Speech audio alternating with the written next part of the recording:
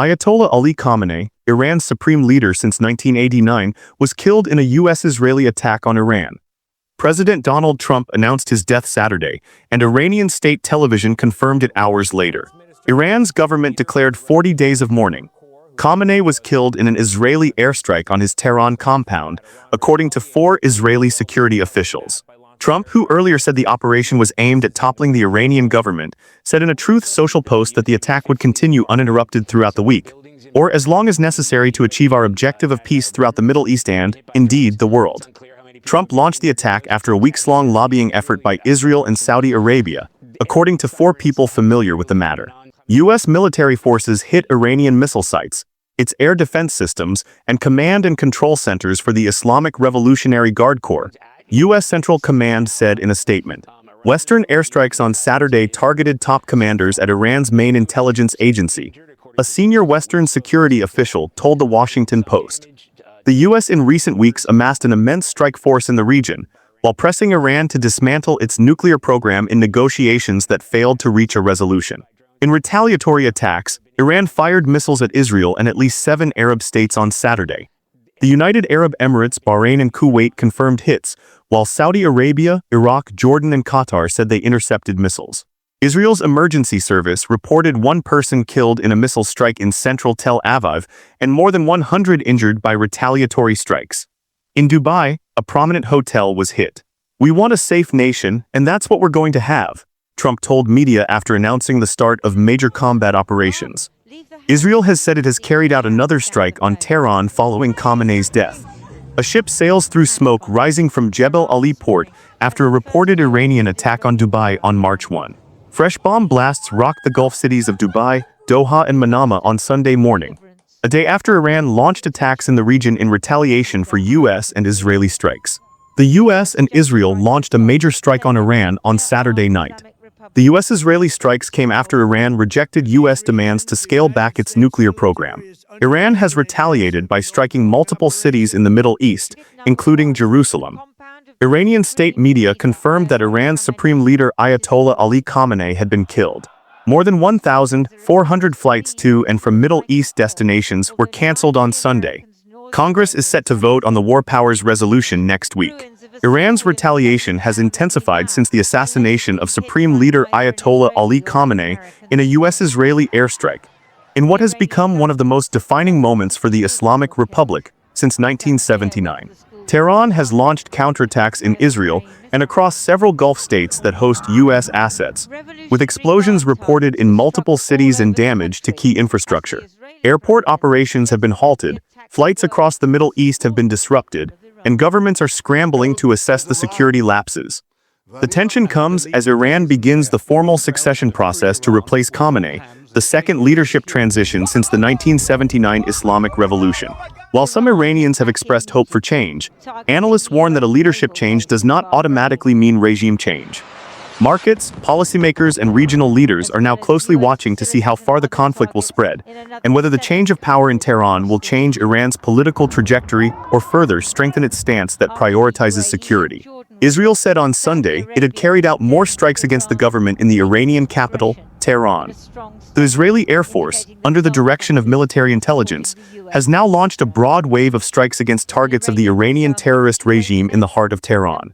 Over the past day, the Air Force has carried out extensive strikes to gain air superiority and open the way to Tehran, the IDF said. After Khamenei's tree, investors are reassessing risks as oil takes center stage. Iran woke up on Sunday to a shock not seen in a generation. State media confirmed that Supreme Leader Ayatollah Ali Khamenei had been killed in a joint U.S.-Israeli strike. For the markets, what happens next is the key question. Ben Emmons of FedWatch Advisors provides a high-volatility geopolitical outlook. Leadership attacks in Tehran raise the prospect of regime change and lead to an uncertain end. Markets could oscillate between risk-on relief if the regime's collapse removes the threat of oil sanctions or nuclear escalation, and risk-off stability if the conflict drags on and supply disruptions intensify. Urgent pressure, the point could be energy. Analysts say a continued surge in crude oil prices could quickly impact inflation expectations and hit Asia's oil-importing economies hardest.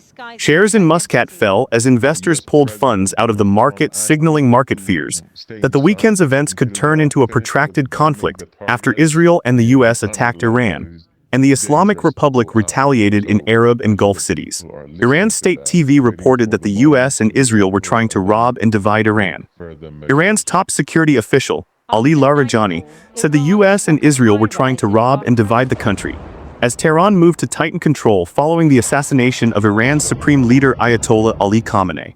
Larijani said a temporary leadership council would be formed on Sunday, warning that any separatist groups that tried to take action would face a severe response. Iran announced remote learning for schools and universities in the UAE from Monday, as part of measures targeting Gulf states. The UAE's Ministry of Education and the Ministry of Higher Education and Scientific Research said in a post on X Sunday that students, educational and administrative staff in all public and private schools nationwide will switch to remote learning for the next 3 days. Trump warns Iran against retaliation, vows force never seen before. U.S. President Donald Trump warned Sunday that Washington would respond with unprecedented force if Iran retaliates against recent U.S. attacks.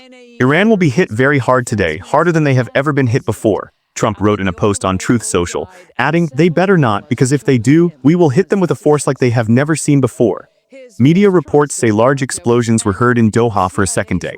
Media reports say several large explosions were heard in the Qatari capital Doha for a second day on Sunday. Reuters reported that explosions were heard in the Dubai area and in Doha. Video posted by Doha News on Sunday showed thick smoke rising near Barwa in Doha after Iran launched missiles at Qatar, which hosts U.S. military bases. The death of Iran's supreme leader Ayatollah Ali Khamenei has set the stage for a formal succession process that could have significant implications for the country's political stability, the prospect of sanctions, and its already struggling economy. However, analysts warned that removing the supreme leader does not equal transformation. The removal of Iran's supreme leader Ayatollah Ali Khamenei does not equal regime change. The Islamic Revolutionary Guard Corps is the regime, the Council on Foreign Relations said following his death, limiting the prospects for an immediate political or economic transition. Marco Papic, chief strategist at the Clocktor Group, echoed similar views, saying, "If the next supreme leader does not become more open to negotiations with the U.S., the Iranian economy will soon become a parking lot." Airports in Dubai and Abu Dhabi were damaged overnight as Iran's retaliatory attacks spread across the Gulf. 4 employees were injured in an incident at Dubai International Airport, the Emirates media office said in a social media post. The authority said passengers had been evacuated from most airport terminals and that further updates would be provided as they became available. Authorities in Abu Dhabi reported that a drone targeting Zayed International Airport was intercepted, killing 1 Asian national and injuring 7 others. Iran responded to the U.S.-Israeli attacks by targeting Israel and several Gulf states, including the UAE, Qatar, Bahrain, Saudi Arabia, Kuwait, and Jordan, which host U.S. assets. An Iranian drone was intercepted that caused a small fire on the exterior of the Burj Al Arab, it was reported. A fire broke out at a berth at Dubai's Jebel Ali port due to debris from an aerial blockade, local media reported, citing Dubai authorities. As the conflict escalated, internet connectivity in Iran was almost completely cut off. According to independent internet monitoring group NetBlocks, Iran experienced a near-total internet shutdown at 2 a.m. on Saturday. The group, which uses network measurement and web traffic analytics to detect government-imposed blockades, reported that national connectivity had dropped to just 4% of normal levels. NetBlocks posted on X that the blockade was related to U.S. and Israeli military operations, and was similar to restrictions imposed during last year's conflict with Israel. The head of the Islamic Revolutionary Guard Corps was reportedly killed in a U.S.-Israeli strike. The commander-in-chief of the Islamic Revolutionary Guard Corps was killed in a U.S.-Israeli strike on Tehran on Saturday, the country's official news agency reported. Ali Shamkhani, the supreme leader's representative on the Supreme Defense Council, was also killed. "We are hearing that many of their IRGC military, other security and police forces no longer want to fight and are seeking immunity from us," U.S. President Donald Trump said after the death of Iran's supreme leader Ayatollah Ali Khamenei.